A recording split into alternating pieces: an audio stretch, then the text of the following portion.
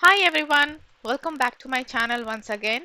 So today we are going to discuss about the causes of variations, gene flow, genetic drift, natural selection, then isolation. हम ये सारे topics आज हम discuss करेंगे.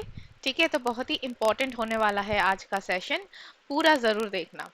So आप इस पिक्चर में देख सकते हो कि कितने सारे डिफरेंट टाइप्स ऑफ पैरट्स है ना. सबके कलर्स डिफरेंट है तो सब पैरट ही, बट कलर्स सबके डिफरेंट है. ये कैसे हुआ, ये आज के सेशन में हम डिस्क्लोज करेंगे. तो first of all, variations. What are the causes of the variation within a population? You can see there are so many causes. First हम ले सकते हैं जीन फ्लो, जो किसकी वजह से होता है? इमिग्रेशन एंड एमिग्रेशन की वजह से. फिर आते हैं जेनेटिक ड्रिफ्ट. फिर आता है नेचुरल सिलेक्शन. इसके अलावा और भी कॉजेस है जैसे कि म्यूटेशन, ओके, रिकॉम्बिनेशन. तो ये सारी चीजें हम करेंगे. तो लास्ट क्लास में हमने डिस्कस किया था लमार्क्स थ्योरी, डार्विन्स थ्योरी, ह्यूगो डेवरिस थ्योरी. इन सब के बारे में हमने डिस्कस किया था. बट ये जितने भी थ्योरीज थे, ये सब क्या थे? आधे अधूरे थे, है ना. कोई भी पूरी तरह से इवोल्यूशन के प्रोसेस को एक्सप्लेन नहीं कर पा रहा था. तो आज के सेशन में हम सिंथेटिक थ्योरी की बात करेंगे, which is the modern concept of evolution. Okay, now what is this synthetic theory? Synthetic theory basically दिया गया है कहाँ पे? डॉब्ज़ैंसिस के बुक में लिखा हुआ है. कौन सा बुक है उनका? Genetic and origin of species. इस बुक से लिया गया है synthetic theory. And modern synthesis term को किसने प्रपोज किया था? जूलियन हक्सले ने. ठीक है. अब ये सिंथेटिक थ्योरी कहता क्या है? तो बेसिकली देखिए, डार्विन ने नेचुरल सिलेक्शन के बारे में बोला था. ठीक है. उसके बाद हमको मेंडल्स लॉज ऑफ इनहेरिटेंस से हमको म्यूटेशंस के बारे में एंड जो अलील्स के डोमिनेंस उसके बारे में हमको पता चलता है. राइट. तो हमें डिफरेंट सोर्स से बहुत सारी चीजें पता चलता है. तो इन्होंने क्या किया? डॉब्ज़ान्स्की ने क्या किया?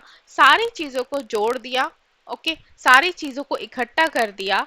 और उन उसके बाद उन्होंने इसको एक नया नाम दिया, that is the synthetic theory of modern evolution. मतलब इवोल्यूशन जो है ना, वो किसी एक चीज की वजह से नहीं हो रहा, बल्कि इसके सारे ही रीजंस है. थोड़े थोड़े थोड़े थोड़े करके सारे ही रीजंस की वजह से इवोल्यूशन हो रहा है. जैसे आप यहाँ पे देख सकते हैं, नेचुरल सिलेक्शन किस लिए वजह से होता है? कंपटीशन या वेरिएशंस. राइट. पहले वेरिएशन कंपटीशन होगा, फिर वेरिएशन होगा, उसके बाद सर्वाइवल ऑफ द फिटेस्ट होगा, फिर ये नेचुरली सिलेक्टेड स्पीशीज हो जाएगा. ठीक है. फिर जेनेटिक वेरिएशंस और मेंडेलियन इनहेरिटेंस, ये किसकी वजह से हो रहा है? म्यूटेशंस की वजह से हो रहा है. But natural selection, genetic variation and the Mendelian inheritance, ये सारे ही एक तरह से इवोल्यूशन के प्रोसेस में अपना रोल प्ले करते हैं. तो ये सारे ही चीजें इवोल्यूशन के लिए इंपॉर्टेंट है. ठीक है. तो इन सब से होता है क्या? Modern evolution, which is called as the modern synthesis of evolution. Clear? तो इसमें आती है बहुत सारी चीजें. तो क्या क्या आता है इस कॉन्सेप्ट में? जेनेटिक वेरिएशन, जो किसकी वजह से हो रहा है? Gene mutation, chromosomal aberrations, gene flow, genetic recombination, genetic drift, इन सब की वजह से हो रहा है जेनेटिक वेरिएशन. ठीक है. फिर आता है नेचुरल सिलेक्शन, जो हम ऑलरेडी एक बार कर चुके हैं. आज हम उसको फिर से एक और तरीके से करेंगे. फिर आता है आइसोलेशन, जिसमें आते हैं दो categories, geographical and reproductive isolation. Clear? तो इन सारी चीजों को हम वन बाय वन डिस्कस करेंगे आज की क्लास में. तो first let's discuss about the gene mutation. क्या होता है म्यूटेशन? कोई चेंज, एकदम सडनली कोई चेंज हो जाता है जीन में, उसको हम जीन म्यूटेशन कहते हैं. Right. So change in the chemical makeup of gene is called as the gene mutation. Correct. Gene के केमिस्ट्री में, केमिकल मेकअप में कोई भी चेंज हो रहा है, उसको हम जीन म्यूटेशन बोलते हैं. कोई भी चेंज हो सकता है और उसकी वजह से हमारे बॉडी पे पॉजिटिव या फिर नेगेटिव इम्पैक्ट पड़ सकते हैं. कोई भी इम्पैक्ट पड़ सकता है, बिकॉज इट्स रैंडम. अगर कोई जीन डिलीट हो गया, म्यूटेशन हो गया, उसमें कुछ नया बन गया, तो हो सकता है कि हमारे बॉडी में कोई एबनॉर्मल प्रोटीन बन जाए, या फिर ऐसा भी हो सकता है कि कोई इंपॉर्टेंट प्रोटीन था वो बनना बनना ही बंद कर दे। कोई भी हो सकता है, ठीक है। तो that is the gene mutation. इसके बाद आता है क्रोमोसोमल एबरेशंस। इसमें क्या होता है, क्रोमोसोम्स में कुछ चेंजेस हो जाते हैं। इसमें भी बेसिकली ये भी एक टाइप का जीन का रीअरेंजमेंट ही है, ठीक है। जीन्स के अरेंजमेंट में चेंजेस हो रहा है, तो क्रोमोसोम्स में चेंज हो रहे हैं। तो इसमें आप देख सकते हैं कि कोई एक अमीनो एसिड का डिलीट हो जाना, अगर एक अमीनो एसिड भी डिलीट हो जाता है, उसकी वजह से भी पूरा जो सिस्टम, पूरा जो कोडॉन्स का जो सीक्वेंस है ना, वो चेंज हो जाता है, राइट। सारे प्रोटीन्स चेंज हो जाते हैं। That is one of the abnormalities cause by deletion. फिर आते हैं डुप्लीकेशन। जैसे यहाँ पे देख सकते हैं आप, सी डी था, यहाँ पे सी डी, सी डी दो बार आ गया। C D, this is for an example, ठीक है। यहाँ पे हो सकता है कोई अमीनो एसिड रहा हो और ये दो बार आ गया, इसकी वजह से भी पूरा जो सीक्वेंस है उसमें चेंजेस आ जाएंगे। इन्वर्जन, जैसे यहाँ पे बीसीटी था, यहाँ पे डीसीबी हो गया, इन्वर्ट हो गया। ट्रांसलोकेशन, यहाँ पे ए बी इधर था, यहाँ पे ए बी उठ के इस वाले जीन में क्रोमोसोम में आ गया, और इधर इस वाले क्रोमोसोम में आई जे के था, इस वाले क्रोमोसोम में आ गया। मतलब एक क्रोमोसोम से दूसरी क्रोमोसोम में अपना पोजीशन चेंज कर लिया। That is called as the translocation, ठीक है। यहाँ पे आ गया। फिर नेक्स्ट इज द इंसर्शन। जैसे यहाँ पे बीसी था, ये बीसी उठ के दूसरे क्रोमोसोम में जाके बैठ गया, बीच में जाके इंसर्ट हो गया। That is the insertion. तो ये सारे रीजंस हो सकते हैं क्रोमोसोमल एबनॉर्मलिटीज की वजह से, ठीक है। तो इससे भी क्या होता है, जेनेटिक वेरिएशन क्रिएट हो रहा है। Clear. Next is the gene flow. ना जीन फ्लो क्या है, आप इस पिक्चर में क्या देख सकते हो। पहले ये पैरट है, बिल्कुल ग्रीन कलर का, जैसे तोता होता है हमारा, बहुत ही कॉमन, ठीक है। और एक ये बहुत ही कलरफुल सा पैरट है, ठीक है। अब ये दोनों का कॉम्बिनेशन से देखो कुछ नया ही बन गया। ग्रीन भी है, बीच में इसके विंग्स में रेड भी आ गए, ठीक है। तो ये कैसे हुआ, basically gene is flowing, and how the gene is flowing, through migration और interbreeding of different types of population, ठीक है। तो एक पॉपुलेशन से जीन फ्लो होके दूसरे पॉपुलेशन में जाने को बोलते हैं जीन फ्लो, ठीक है।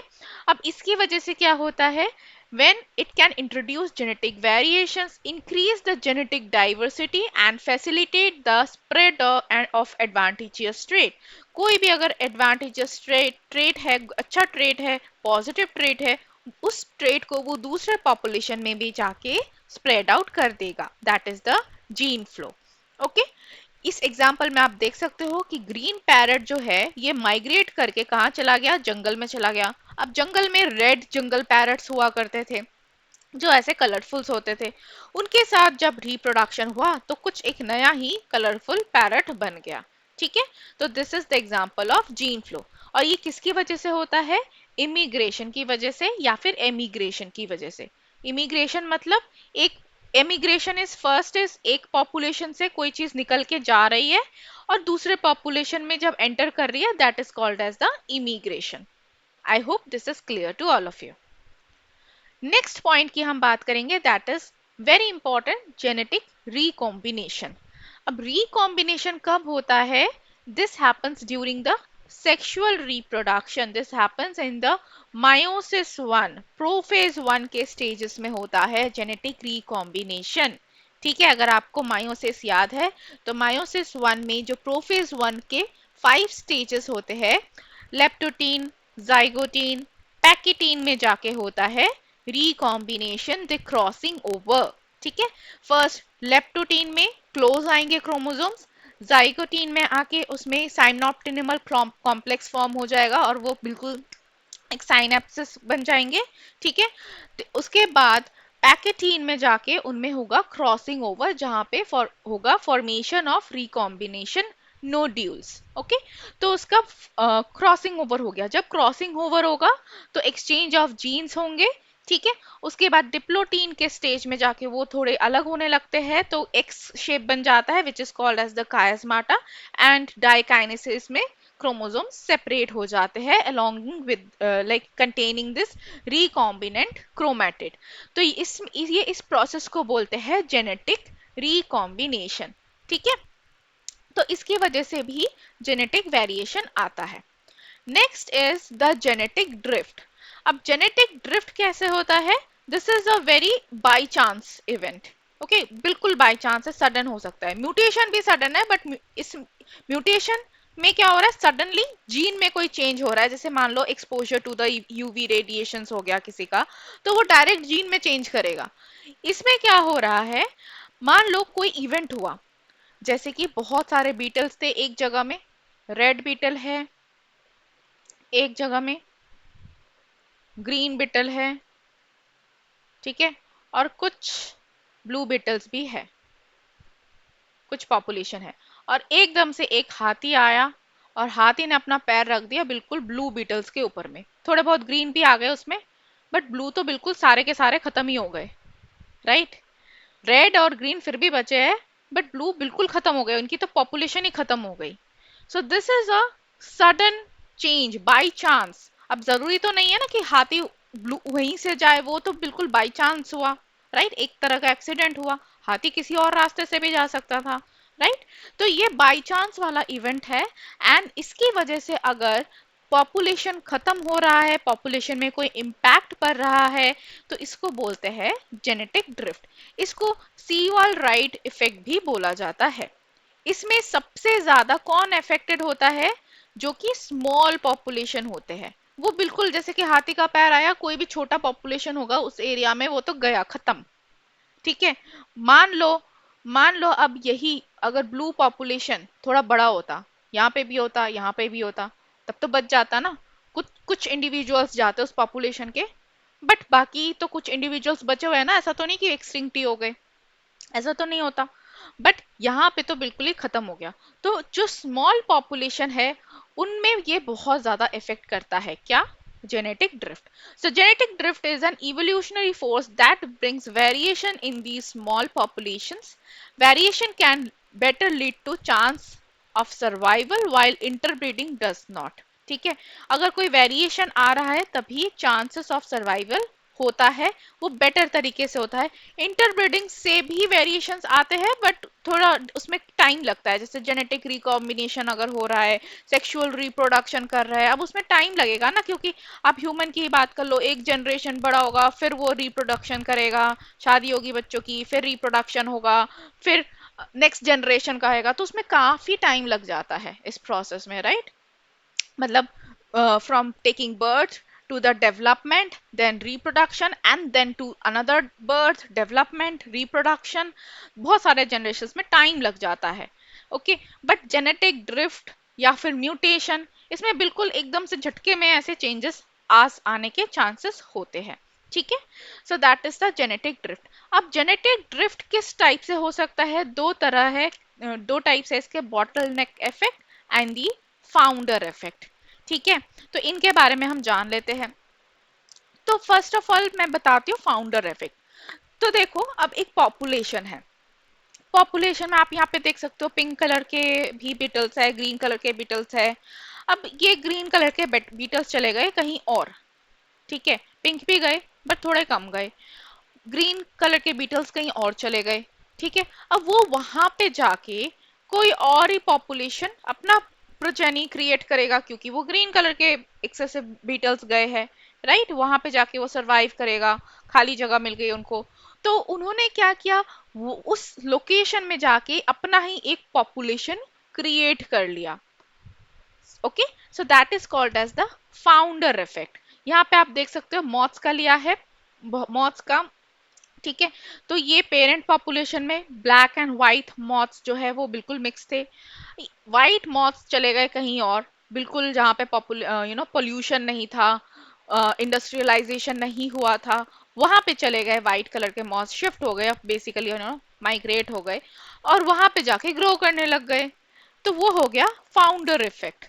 ठीक है, अब ब्लैक कलर के मॉथ्स कहाँ पे शिफ्ट हो गए? जहाँ पे पोल्यूशन होता था, इंडस्ट्रियलाइजेशन की वजह से पोल्यूशन क्रिएट हुआ, वहां पे ट्रीज के जो कलर्स थे, ट्रंक के कलर वो डार्क हो गए, वहां पे वो शिफ्ट हो गए, जिसकी वजह से वो वहां पे बहुत ज्यादा ग्रो किए।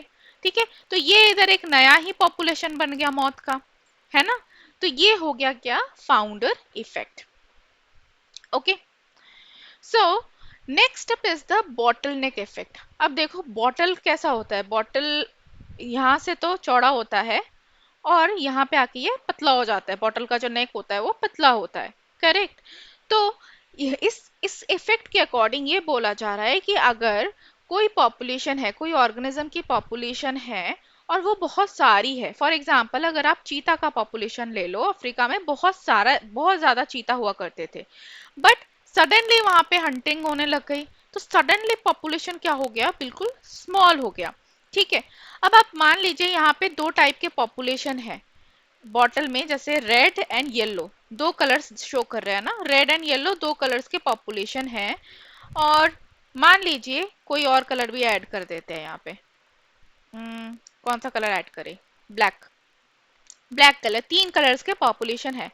बट जब हमने इसमें से कुछ पॉपुलेशन निकाले, कुछ यू नो एक कोई सडन इवेंट हुआ और कुछ पॉपुलेशन उसमें सरवाइव किए, कौन कौन से पॉपुलेशन सरवाइव किए, रेड एंड येलो वाले पॉपुलेशन सरवाइव किए थोड़े से, बिल्कुल एकदम नेचुरल डिजास्टर आ गया, सब खत्म हो गया, थोड़े से पॉपुलेशन सरवाइव किया उसमें से, तो इसी को हमने बोला कि बॉटल नेक, मतलब बॉटल के नेक में से अगर हम कोई चीजें निकालेंगे थोड़ा सा ही निकलेगा ना, तो वो बॉटल नेक बोला। ठीक है, ब्लैक तो देखो आया ही नहीं, नहीं आया ना ब्लैक, निकला ही नहीं, वो वहीं पे रह गया। और यही पॉपुलेशन रेड एंड येलो ही फिर से क्या करेंगे, ग्रो करने लग जाएंगे। So which generates a new population with strong dominance of any one of them, कोई रेड या फिर डोमिनेट कर जाएगा, अगर रेड ज्यादा बच के निकला है तो वो ज्यादा डोमिनेट करेगा, येलो कम बच के निकले हैं तो वो कम डोमिनेट करेगा। ठीक है, उनका अगर कम पॉपुलेशन होगा येलोज का तो वो कम डोमिनेट करेंगे। तो this is the bottleneck effect.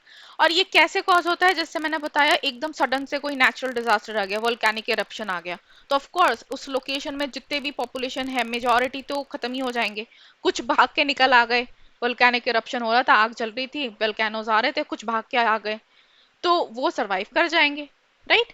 कोई रेडिएशन हो गया, पॉइजनिंग हो गई, या फिर ओवर हंटिंग हो रहा है, फिर उसमें से भी कुछ भाग रहे होंगे, है ना, कुछ डियर्स है, कुछ ऑर्गेनिजम्स वो भाग रहे होंगे। ठीक है, अर्थक्वेक हो गया, तो ये मेनली नेचुरल डिजास्टर्स ही कॉज करते हैं बॉटलनेक इफेक्ट को, हंटिंग भी कॉज कर सकता है, जैसे चीता का एग्जांपल, वो that is due to the hunting. ठीक है, so to explain this in a better way, I am going to show you a video, so please do watch the video. So here's a question for you. Have you ever compared the candy you get on Halloween with your friends? My sister and I, a bit competitive in the sport of Halloween candy hunting, we both had preferences of which kind of candy we hoped to get in our buckets each year. And as for me, I love gummy bears, and every once in a while someone would have them mixed in a big bucket, and I remember watching with intense focus the hand that picked out the candy hoping for gummy bears. Getting those gummy bears was always total luck. Total chance. Well, unless of course the entire bucket they had was actually gummy bears, but that would not be luck. No, that would be pure bliss. But that's never happened to me. Yet. So why bring this up? Well, what if instead of candy we were talking about insects? And they weren't in a Halloween bucket because that'd be kind of gross. They're on the sidewalk. And when you're scooter riding through the neighborhood on Halloween to collect candy because scooters may or may not be our super awesome childhood mode of transportation, you squash some. Accidentally, of course, because you like insects overall. Were the ones that survived better adapted? Did they have some special ability to foresee events or to move your scooter away from them? Well, assuming they were all just there on the sidewalk in the path of your trick-or-treating, then no. In this random event example, the survivors were not better adapted. They were lucky. It was chance. And the ones that were squashed were, in this case, at the wrong place at the wrong time. And that's what genetic drift is. Genetic drift can change allele frequencies in a population. Remember, alleles are a form of a gene, but genetic drift is random, unlike natural selection. Recall that in our natural selection video, organisms that have traits that result in high fitness are able to pass those alleles on to their offspring. This is where that survival of the fittest comes into play, but not genetic drift. With genetic drift, the organisms aren't necessarily more fit. They just have won the game of chance. So let's look at a representation of genetic drift known as the bottleneck effect. I always like to remember this one by focusing on the word bottle. Well, let's say that we have a bottle here and we fill it with our Halloween candy. If we shake it out and we only get a few of the candy pieces, does it necessarily represent the whole bottle as far as the candy frequencies you got out? Nope. In fact, one of the types of candy pieces isn't even there. That type is totally eliminated. We'll consider a natural disaster, such as a forest fire. The surviving organisms weren't better adapted. They were likely just in an area where they weren't directly affected. But the survivors don't happen to represent the original population, so there's definitely going to be a new allele frequency among the surviving population. Bottleneck effect. Another time to see genetic drift is when you're talking about the founder effect. In this case, you may have organisms that have founded an island or some new area. The few organisms that arrive to start a new population do not necessarily represent the original population that they came from. Let's take a case where maybe some seeds that are dispersed by wind end up in a new area that happened to be one that was ideal for their growth. This new population grows. Well, those seeds that landed in this new area may not necessarily represent the original population of plants from which they came from. It's a random sample. Founder effect. In summary, genetic drift can make some big changes to allele frequencies, and it's a mechanism for evolution. So one last thing. Which type of population do you think would be more vulnerable to genetic drift? A big population or a small population? If someone is just doing some intense candy hunting and by accident scooter rides over a few insects, look at the results in the small population versus the big population. As you can see, this random event has the potential to cause more change from the original in the small population. See, there weren't as many representatives there in the first place. So in many incidences of genetic drift in populations, the impact on small populations is especially significant. Alright, so I hope this is clear to you. So now let's see the difference between gene flow and the genetic drift. So when we are talking about gene flow, that is the transfer of genetic material between the population. ठीक है, तो जैसे which caused due to the migration basically. जब inbreeding हो रही है तब जब जेनेटिक मटेरियल पास ऑन हो रहा है तो हम उसको जीन फ्लो बोलेंगे। तो ये किसकी वजह से होता है? माइग्रेशन या और इंटरब्रीडिंग की वजह से। ठीक है, it increases the genetic diversity and it counteracts the effect of the genetic drift. Genetic drift होता है रैंडमली। ठीक है, जैसे मैंने बोला कि अगर हाथी आ गया एकदम से तो वो क्या है? रैंडम है, बाई चांस इवेंट है, that is a by chance event. Okay, it can lead to the loss of the alleles and reduce the genetic diversity. ठीक है, इसमें इंक्रीज हो रहा है और इसमें क्या हो रहा है? रिड्यूस हो रहा है। ठीक है, and it has stronger impact on the smaller population. जो छोटे पॉपुलेशन है उसमें सबसे ज्यादा इम्पैक्ट होता है। क्लियर?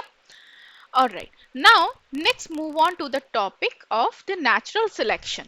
ठीक है, नेचुरल सिलेक्शन हम पहले भी कर चुके हैं, हम आज दोबारा फिर से करेंगे क्योंकि this is also the part of modern synthetic theory.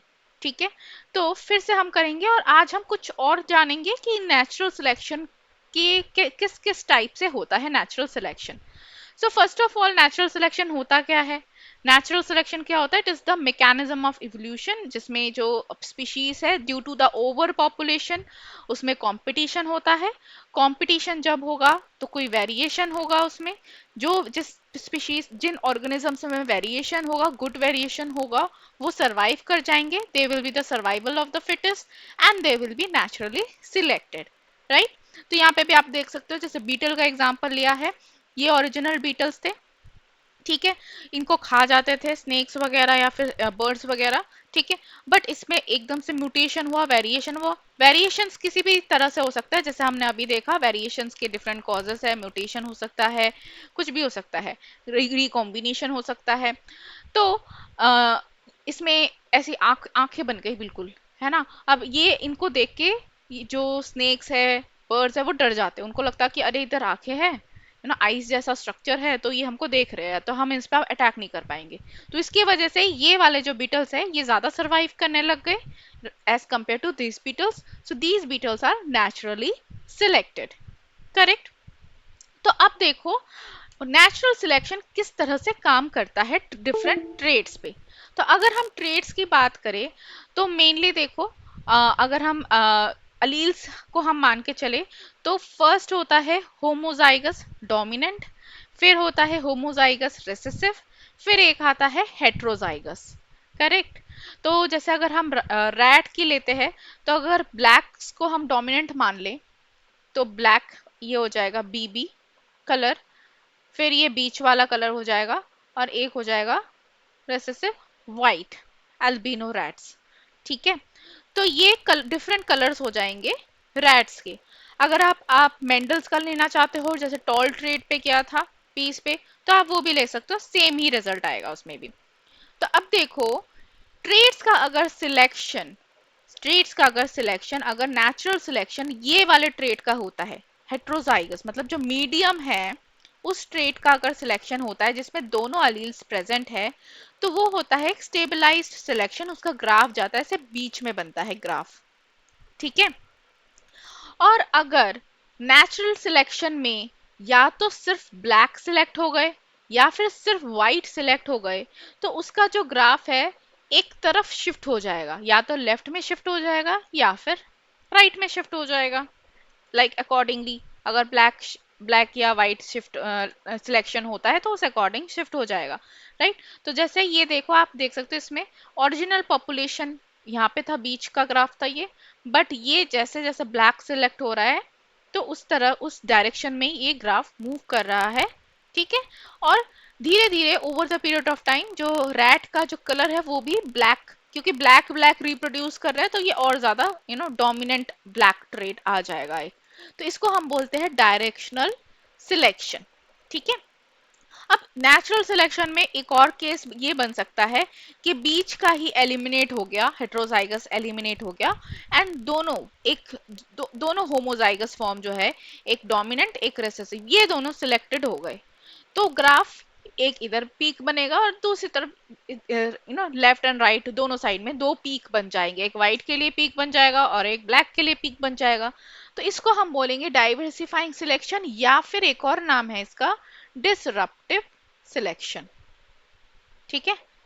तो ये तीन तरह से जो नेचुरल सिलेक्शन है ये नेचर में ऑपरेट होता है। I hope this is clear to you. तीन तरह के सिलेक्शन है, stabilising, directional and disruptive selection. ये हर एक उसमें हर एक ऑर्गेनिजम्स के लिए एप्लीकेबल रहेगा। जैसे आप यहाँ पे देख सकते हो, डायरेक्शनल हम देख सकते हैं, लिजर्ड की पूछ, लंबी पूछ बड़ी हो गई, छोटी पूछ हो थी, जैसे कुछ अगर आप जंगल्स में लिजर्ड्स देखोगे तो वो उनकी स्नेक्स जैसी लंबी टेल हो गई, because it use to scare the predators. Okay, so this is like naturally selected, directional selection है ये, एक तरफ ही ये बड़ी ही हो गई। ठीक है, ना बीच की रही ना छोटी रही, एकदम लंबी वाले सिलेक्ट हो गई।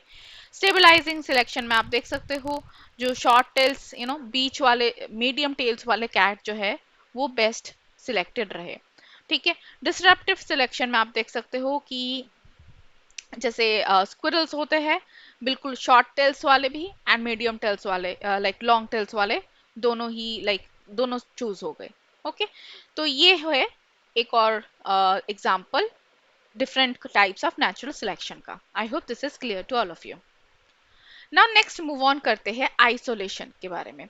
आइसोलेशन मतलब क्या? कोई भी पॉपुलेशन जब बिल्कुल अलग थलग पड़ जाए उसको हम आइसोलेशन कहते हैं, राइट? सेपरेट हो जाए, when a single population is getting separated from the different, like it's several sub units, so उसको हम क्या बोलेंगे? Isolated population. So separation of a single population into several sub unit is called as isolation. अब ये isolation के क्या causes हो सकते हैं? First cause can be the geographical isolation. So there could be like formation of any river, formation of mountain, formation of oceans, कोई tectonic plates दो हिस्सों में बिल्कुल टूट गए तो बीच में बिल्कुल एक कोई ओशंस क्रिएट हो गया, सी क्रिएट हो गया, तो इससे क्या हो गया? आइसोलेशन हो गया। या फिर बीच में एकदम से टेक्टोनिक प्लेट्स टकरा गए तो एकदम बिल्कुल बीच में पहाड़ बन गया और इधर का आधा पॉपुलेशन रह गया, इधर आधा पॉपुलेशन रह गया। ठीक है, अब यहाँ के पॉपुलेशन को, इस साइड के पॉपुलेशन को कुछ और फूड रिसोर्सेस वगैरह अवेलेबल हो रहे हैं, और इस साइड के पॉपुलेशन को कुछ और फूड रिसोर्स अवेलेबल हो रहे हैं, तो वो उसी तरह से ग्रो करेंगे, राइट, अपने आप को अडेप्ट करेंगे उस सिचुएशन में। तो ये एग्जाम्पल हमने, बेस्ट एग्जाम्पल हमने किया था डार्विन फिंचेस का, जिसमें जो गलापागोस आइलैंड है, तो आइलैंड्स छोटे छोटे हिस्सों में, डिफरेंट आइलैंड्स में ब्रेक डाउन हो गए, और सारे आइलैंड्स में डिफरेंट फिंचेस ने अपने अकॉर्डिंग बीक्स को अडेप्ट कर लिया, मॉडिफाई कर लिया, that is the adaptive radiation. ठीक है, तो वो होता है जियोग्राफिकल आइसोलेशन। अब जियोग्राफिकल आइसोलेशन के बाद का जो स्टेज होता है, पहले तो ऑर्गेनिजम्स ने अडाप्ट कर लिया, बट अडाप्ट करने के बाद over the period of several generation, now देखो पहले ये एंसेस्ट्रल था, फिर ये ए से बी हो गया, थोड़ा मॉडिफाइड हुआ, बी से सी हुआ, सी से डी हुआ, ठीक है, थोड़ा और चेंज होता गया। अब हम जब डी को रिप्रोड्यूस करवा रहे हैं द एंसेस्ट्रल पॉपुलेशन के साथ, जब हम कोशिश कर रहे हैं कि क्या इसके बीच में रिप्रोडक्शन पॉसिबल है, तो हमने देखा कि no, now this D can not reproduce with A, जबकि बी और ए के बीच में पॉसिबल था, क्योंकि स्लाइट वेरिएशंस आते हैं, है ना, इसके बीच में तो पॉसिबल था। सी और ए के बीच में भी कुछ हद तक रिप्रोडक्शन पॉसिबल था, कुछ कॉम्प्लिकेशंस होते हैं but still it is possible. But अब इतना ज्यादा वेरिएशन आ चुका है कि डी और ए, जब हम एंसेस्ट्रल पॉपुलेशन को देख रहे हैं विद द लेटेस्ट पॉपुलेशन, हम देख सकते हैं कि रिप्रोडक्शन हो ही नहीं रहा, क्योंकि वो इतने ज्यादा डिफरेंट हो चुके हैं। So that is called as reproductive isolation.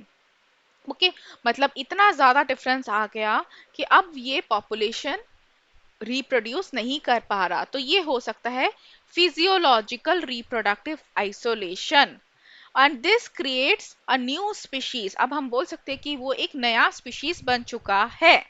ठीक है, इसके अलावा और भी तरीके होते हैं रिप्रोडक्टिव आइसोलेशन के, जैसे कि जियोग्राफिकल, वही बिल्कुल, अगर बैरियर क्रिएट हो जाएगा तो ऑफ कोर्स रिप्रोडक्शन नहीं हो पाएगा। मान लो मेल एक तरफ रह गए, फीमेल एक तरफ रह गए, तो of course reproduction is not possible in that case also, right. तो ये जियोग्राफिकल, बिहेवियरल की वजह से भी हो सकता है, ठीक है, और फिजियोलॉजिकल भी, जो मैंने अभी एक्सप्लेन किया कि बिल्कुल इतने ज्यादा चेंजेस आ गए कि अब रिप्रोडक्शन ही पॉसिबल नहीं है। सो नाउ जब इतने ज्यादा चेंजेस आ गए, जब रिप्रोडक्शन पॉसिबल ना हो, तब हम उस पॉइंट में क्या बोलते हैं, speciation, that a new species has formed, that is called as speciation, formation of new species when two organisms are reproductively isolated. Okay, all right, types of isolating mechanisms, कुछ और छोटे छोटे रीजन, छोटे मोटे रीजंस होते हैं isolations के, जैसे habitat, members of a population living in same region occupies different habitat, ठीक है, and that's why they are not mating with each other, all right। फिर meeting with each other, seasonal, कुछ जैसे plants है, किसी में मेच्योर, मेल्स की maturity different time पे आ रही है, फीमेल्स फ्लावर्स की मेच्योरिटी डिफरेंट टाइम्स पे आ रही है, फीमेल पार्ट की, मेल पार्ट की डिफरेंट टाइप में मेच्योर हो रहा है, तो वो भी क्या हो गया, एक तरह से आइसोलेशन हो गया। ठीक है, सीजनल आइसोलेशन, कभी कुछ पॉपुलेशन किसी टाइम पे इन ब्रीडिंग कर रहा है, कुछ पॉपुलेशन किसी टाइम पे ब्रीडिंग कर रहा है। ठीक है, ethological isolation, member of two population have different mating behaviours. फिर आता है मैकेनिकल आइसोलेशन, इसमें आते हैं क्या, have differences in structure of the reproductive organs, so that's why inbreeding is not possible. Gamete mortality, sperm transfer takes place but egg is not fertilized, sperm तो transfer हो गया बट egg fertilize नहीं हुआ, या फिर opposite भी हो सकता है, egg fertilize भी हो गया बट जाइगोट खत्म हो गया, कोई भी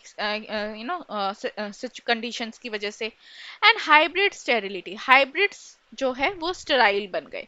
ठीक है, तो ये भी एक तरह से आइसोलेटिक मैकेनिज्म में आते हैं। I hope this is clear to all of you. So today we have discussed about the gene flow. क्या क्या हमने पढ़ा एक बार समराइज कर लेते हैं।